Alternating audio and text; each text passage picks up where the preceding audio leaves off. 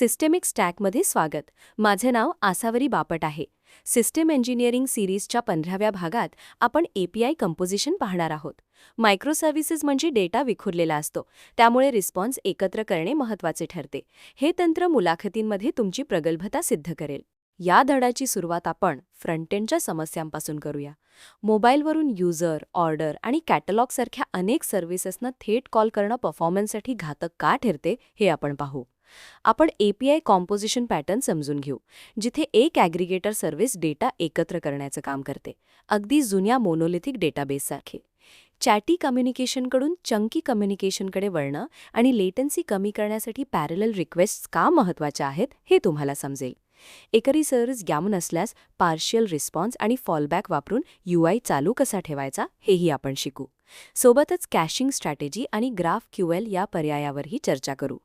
इंटरव्ह्यूच्या दृष्टीने service autonomy आणि network एफिशियन्सीमधील trade ऑफ्सवर आमचा भर असेल. शेवटी तुम्ही कोणत्याही मायक्रो सर्व्हिसेस आर्किटेक्चरसाठी एक भक्कम ॲग्रिगेशन लेयर तयार करण्यास सक्षम व्हाल. आपण हे का करतोय हे समजून घेण्यासाठी एका मोठ्या प्रोडक्शन परिस्थितीचा विचार करूया. समजा एक ई-कॉमर्स प्लॅटफॉर्म दर सेकंदाला हजारो रिक्वेस्ट्स हाताळत आहे. जसजशी सिस्टम वाढते तसतसे टीम्स इंडिपेंडेंट डिप्लॉयमेंटसाठी मोनोलिथचे रूपांतर स्पेशलाइज्ड सर्व्हिसेसमध्ये करतात. आता एका साध्या प्रॉडक्ट पेजला 5 वेगवेगळ्या डेटाबेसेसमधून डेटा हवा असतो. जर तुम्ही एपीआय कंपोजिशन वापरले नाही तर तुम्ही ही आर्किटेक्चरल गुंतागुंत युजरच्या डिव्हाइसवर ढकलत आहात, जे खूप धोकादायक आहे. मोठ्या स्केलवर नेटवर्क चॅटिनेस थोडा जरी वाढला तरी फेल्युअर रेट्स आणि कस्टमर चर्न वेगाने वाढतो. इथे डेथ बाय 1000 कट्स सारखी स्थिती निर्माण होते, जिथे कोणतीही सर्व्हिस डाऊन नसते पण नेटवर्क राऊंड ट्रिप्समुळे ॲप्लिकेशन स्लो होते. इंटरव्ह्यूमध्ये ही परिस्थिती बॅकएंड मॉड्युलॅरिटी आणि फ्रंटएंड परफॉर्मन्सचा बॅलन्स म्हणून मांडा. टीम्सना वेगाने काम करता यावे यासाठी डीकपल्ड आर्किटेक्चरचे फायदे टिकवून ठेवत क्लायंटला इंटरनल इन्फ्रास्ट्रक्चरच्या गुंतागुंतीपासून वाचवणे हा तुमचा उद्देश आहे. एपिसोड 15 मध्ये हाय परफॉर्मन्स युजर इंटरफेससाठी मायक्रो सर्व्हिसेसमधील डेटा ॲग्रिगेशनवर आपण लक्ष केंद्रित करणार आहोत. ही पद्धत बॅकएंडची गुंतागुंत लपवून एक खास लेयर तयार करते. यामुळे फ्रंटएंडला डेटा मॅनेजमेंटऐवजी फक्त प्रेझेंटेशनवर लक्ष देता येते. पण हा लेयर नीट डिझाईन न केल्यास तो संपूर्ण ॲप्लिकेशनसाठी सिंगल पॉइंट ऑफ फेल्युअर ठरू शकतो. इंटरव्ह्यूअरला तुमच्याकडून याच धोक्याची जाणीव अपेक्षित असते.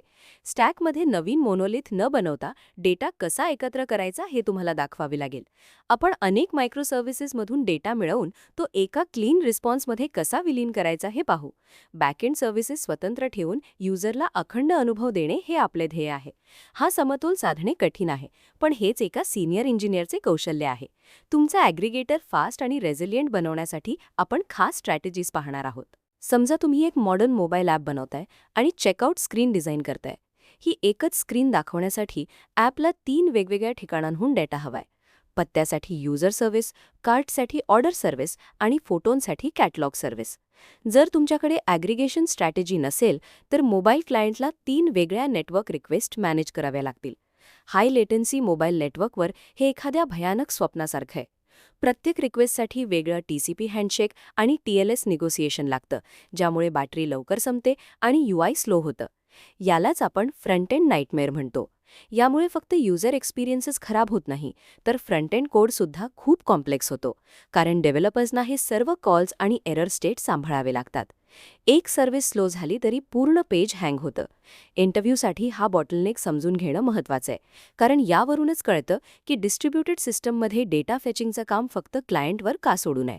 आपल्याला एक युनिफाईड एंट्री पॉइंट द्यावाच लागतो. एपीआय कंपोजिशन म्हणजे अनेक अपस्ट्रीम सर्व्हिसेसकडून डेटा गोळा करून तो एका युनिफाईड रिस्पॉन्समध्ये एकत्र करणे. यात एक इंटरमिडिएट सर्व्हिस एका रिक्वेस्टला वेगवेगळ्या मायक्रो सर्व्हिसेसकडे पाठवते आणि आलेले रिझल्ट्स एकत्र जोडते. यामुळे क्लायंटला तुमच्या इंटरनल आर्किटेक्चरची गुंतागुंत दिसत नाही. त्यांना फक्त एक एंडपॉइंट आणि एक जेसॉन ऑब्जेक्ट दिसतो. पण यात धोकेही आहेत.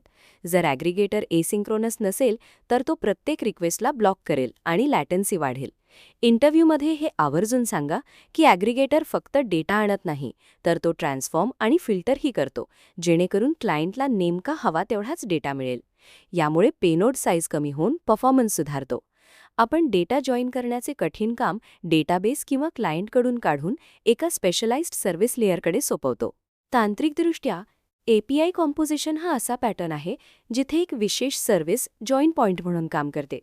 मोनोलिथमध्ये आपण SQL जॉइन वापरतो, पण मायक्रो सर्व्हिसेसमध्ये डेटा वेगवेगळ्या डेटाबेसमध्ये असतो. हा ॲग्रिगेटर ती जॉइन लॉजिक मेमरीमध्ये पूर्ण करतो. यामुळे सर्व्हिस ऑटोनॉमी टिकून राहते. प्रत्येक सर्व्हिसचा स्वतःचा डेटा असतो, तरीही सिस्टम एक युनिफाईड व्ह्यू देऊ शकते. इथे एक धोका लक्षात ठेवा. जर तुम्ही या जॉइन पॉइंटमध्ये जास्त बिझनेस लॉजिक टाकले तर तो चुकून डिस्ट्रीब्युटेड मोनोलिथ बनेल. ॲग्रिगेटरला फक्त डेटा ट्रान्सफॉर्मेशन आणि ऑर्केस्ट्रेशन पुरते मर्यादित ठेवा. इंटरव्ह्यूमध्ये सांगा की मायक्रो सर्व्हिसेसमधील डेटा स्कॅटरिंगची समस्या सोडवण्याचा हा मुख्य मार्ग आहे. यामुळे आर्किटेक्चरल शुद्धता आणि फ्रंट एंडसाठी आवश्यक परफॉर्मन्स यांचा समतोल राखला जातो. ॲग्रिगेशन लेयर ही एक मिडल टियर सर्व्हिस आहे, जी सर्व्हिस डिस्कव्हरी, रिक्वेस्ट पॅरललायझेशन आणि डेटा ट्रान्सफॉर्मेशन ही 3 महत्त्वाची कामं करते. हे हब अँड स्पोक मॉडेलवर चालते, जिथे ॲग्रिगेटर हब असतो आणि मायक्रो सर्व्हिसेस स्पोक्स असतात. यामुळे बॅकएंडशी संवाद साधण्याचे लॉजिक सेंट्रलाइज होऊन सिक्युरिटी आणि मॉनिटरिंग सुधारते. पण जर हे हॉरिझॉन्टली स्केलेबल नसेल तर ते परफॉर्मन्स बॉटलनेक ठरू शकते. प्रत्येक रिक्वेस्ट हाताळत असल्यामुळे ते लाईटवेट असणे गरजेचे आहे. इंटरव्ह्यूमध्ये हे आवर्जून सांगा की ॲग्रिगेटर स्टेटलेस असावा, जेणेकरून ट्रॅफिकनुसार मल्टिपल इन्स्टन्सेस सुरू करता येतील. यामुळे फ्रंट एंड डेव्हलपरचे काम सोपे होते आणि बॅकएंड सर्व्हिसेस सुरक्षित राहतात. परफॉर्मन्सबद्दल बोलताना आपण चॅटी विरुद्ध चंकी कॉल्सची तुलना करतो. मोबाईलवरून अनेक छोटे कॉल्स करणे म्हणजे चॅटी व्यवहार, ज्यामुळे मोबाईल कनेक्शनच्या ओव्हरहेडमुळे परफॉर्मन्स खालावतो. याउलट एकच एकत्रित चंकी कॉल हा हँडशेक ओव्हरहेड कमी करतो. यामुळे हाय लेटन्सी एअर इंटरफेसवर होणाऱ्या फेऱ्या वाचतात. महत्त्वाचे म्हणजे मोबाईल युजर्स लेटन्सीबद्दल खूप संवेदनशील असतात. काही मिलीसेकंड उशीर झाला तरी ते ॲप वापरणे सोडून देऊ शकतात. पण यात एक धोका आहे. डेटा नीट फिल्टर न केल्यास चंकी रिस्पॉन्स खूप मोठा होऊन डाउनलोडला वेळ लागू शकतो. इंटरव्ह्यूमध्ये सांगा की ॲग्रिगेटरचे काम हा समतोल साधणे आहे. फेऱ्या वाचवण्यासाठी पुरेसा डेटा एकत्र करा, पण पेलोड खूप जड होणार नाही याची काळजी घ्या. हा सिस्टीम डिझाईनमधील एक क्लासिक ट्रेड ऑफ आहे. बॅकएंडमध्ये थोडी गुंतागुंत वाढवून तुम्ही युजर एक्सपिरियन्स आणि बॅटरी लाईफमध्ये मोठा फायदा मिळवता. गुंतागुंत जिथे हाताळणे सोपे आहे तिथे हलवण्याचा हा एक धोरणात्मक निर्णय आहे. आता आपण लेटन्सीच्या लाँग टेलबद्दल बोलूया, जो API कंपोजिशनमधला मोठा अडथळा आहे.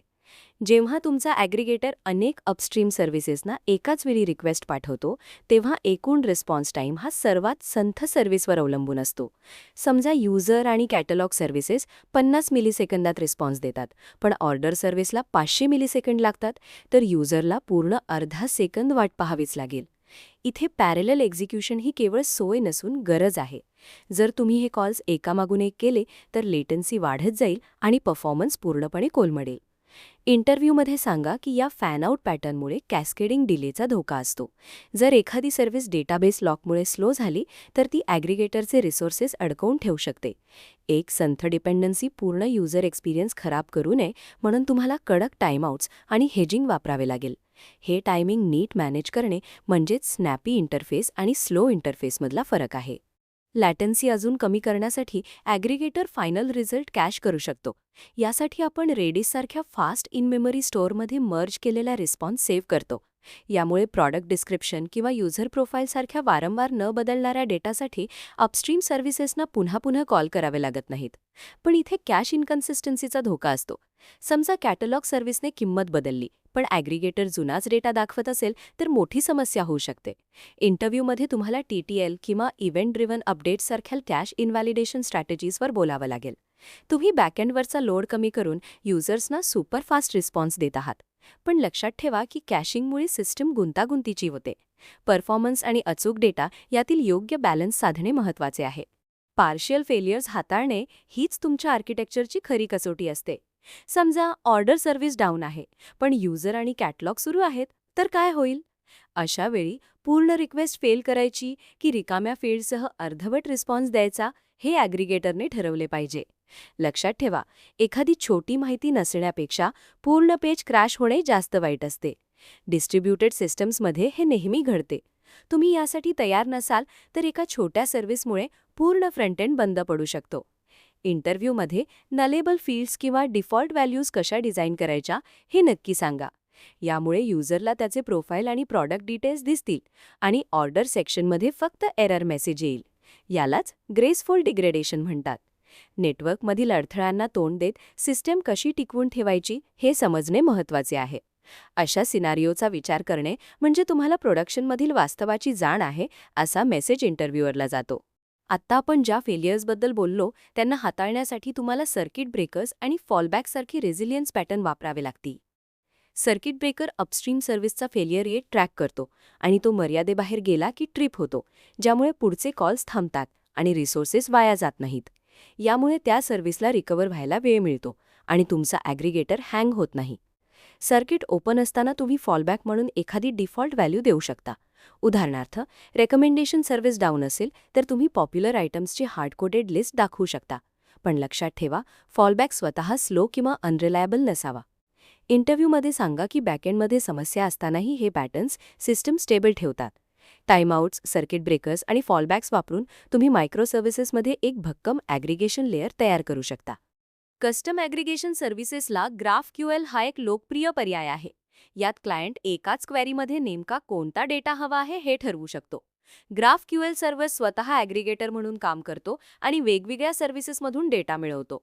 यामुळे रेस्ट ॲग्रिगेटर्समध्ये जाणवणारी ओव्हरफेचिंग किंवा अंडरफेचिंगची समस्या सुटते.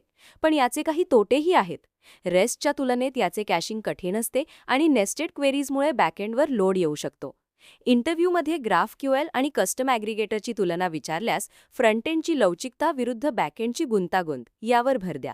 ही सिस्टम सांभाळताना क्वेरी डेप्थवर लक्ष देणं गरजेचं आहे, जेणेकरून संपूर्ण इकोसिस्टम कोलमडणार नाही. शेवटी तुमच्या टीमची गरज आणि स्केल पाहूनच योग्य टूल निवडा. सिस्टम डिझाईन इंटरव्ह्यूमध्ये तुम्ही डेटाबेस जॉईन किंवा क्लायंट साईड लॉजिकऐवजी API कंपोजिशन का निवडले असे प्रश्न विचारले जाऊ शकतात. तेव्हा सर्व्हिस ऑटोनॉमी, मोबाईलसाठी नेटवर्क एफिशियन्सी आणि टीम डिकपलिंग या 3 मुख्य मुद्द्यांवर लक्ष द्या.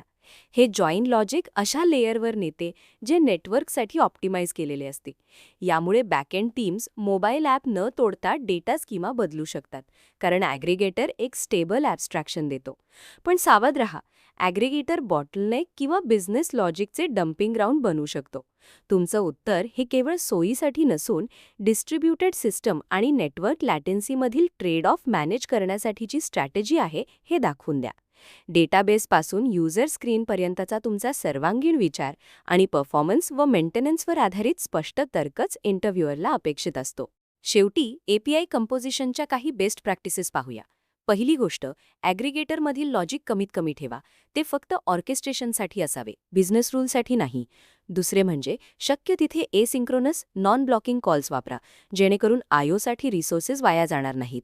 तिसरे, ॲग्रिगेटर हॉरिझॉन्टली स्केलेबल असावा, जेणेकरून तो फेल्युअरचा एकमेव पॉईंट ठरणार नाही. यामुळे ही लेयर कार्यक्षम राहते. लक्षात ठेवा, अकार्यक्षम ॲग्रिगेटरमुळे मायक्रो सर्व्हिसेसचे सर्व फायदे संपू शकतात. अनेकदा लोक ऑब्झर्वेबिलिटी विसरतात. ट्रेसिंगशिवाय कोणता अपस्ट्रीम सर्व्हिस उशीर करतोय हे कळणार नाही. इंटरव्ह्यूमध्ये सांगा की तुम्ही संपूर्ण रिक्वेस्ट चेन मॉनिटर करण्यासाठी डिस्ट्रीब्युटेड ट्रेसिंग वापराल. या नियमांमुळे तुमची सिस्टीम वेगवान आणि रेझिलियंट बनते. API कंपोजिशनच्या या सखोल चर्चेत सहभागी झाल्याबद्दल धन्यवाद. आता तुम्ही तुमच्या मायक्रो सर्व्हिसेस प्रवासात हे पॅटर्न वापरण्यासाठी सज्ज आहात. डिस्ट्रीब्युटेड डेटा एकत्र करण्यासाठी आणि विशेषतः मोबाईलवर हाय परफॉर्मन्स अनुभव देण्यासाठी हे किती महत्त्वाचे आहे हे आपण पाहिले. हे पॅटर्न फ्रंटएंडच्या समस्ये सोडवत असले तरी कॅस्केडिंग लेटन्सी आणि चुकीच्या ठिकाणी बिझनेस लॉजिक टाकण्यासारख्या धोक्यांपासून सावध रहा. पुढच्या सिस्टम डिझाईन इंटरव्ह्यूमध्ये पॅरलल एक्झिक्युशन, कॅशिंग आणि पार्शियल फेलियरच्या ट्रेड ऑफ्सबद्दल नक्की सांगा. यावरूनच समजते की तुम्ही प्रत्यक्ष सिस्टम्सवर काम केले आहे. काय पेक्षा का हे स्पष्ट करणे तुम्हाला इतरांपेक्षा वेगळे ठरवेल. या टूल्सचा वापर करून अधिक लवचिक आणि वेगवान सिस्टम्स बनवा. तुमच्या प्रोजेक्ट्समध्ये याचा वापर पाहण्यासाठी मी उत्सुक आहे. तर आपण पाहिलं की API कॉम्पोजिशन कसं विखुरलेल्या मायक्रो सर्व्हिसेसना एका सुटसुटीत रिस्पॉन्समध्ये बदलतं. हे डेटाबेसमधील जॉईन लॉजिकला एका ॲग्रिगेशन लेयरमध्ये आणण्यासारखं आहे. इंटरव्ह्यूमध्ये चॅटी रिक्वेस्ट्स कमी करून परफॉर्मन्स कसा सुधारता येईल यावर भर द्या. मोबाईल हँडशेक्स कमी करणं महत्त्वाचं आहे. आपण 3 गोष्टींवर लक्ष दिलं: पॅरलल कॉल्स, लॅटन्सी वाचवण्यासाठी कॅशिंग आणि पार्शियल फेलियर्स नीट हाताळणं. क्लायंटला अंतर्गत गुंतागुंतीपासून वाचवणं हेच मुख्य उद्दिष्ट आहे. हे बॅलन्स करणं तुम्हाला येतं, हेच तुमचं कसब आहे. तर हे होतं API कॉम्पोजिशनबद्दल. पुढच्या सिस्टम डिझाईन इंटरव्ह्यूमध्ये डेटाबेस जॉईनऐवजी ॲग्रिगेटर का निवडला हे सांगायला तयार रहा. हे सर्व सर्व्हिस ऑटोनॉमी आणि क्लायंटचा नेटवर्क ओव्हरहेड वाचवण्यासाठी आहे. सर्किट ब्रेकर्स किंवा डिफॉल्ट्स वापरून पार्शल फेल्युअर कसा हाताळायचं हे स्पष्ट केल्यास तुमची छाप पडेल. आपण याचे स्केलिंग आणि GraphQL बद्दलही पाहिलंय. अधिक माहितीसाठी चॅनल सबस्क्राईब करा आणि कोर्स डिटेल्स डिस्क्रिप्शनमध्ये पहा. पुढच्या भागात आपण BFF पाहू. Happy designing!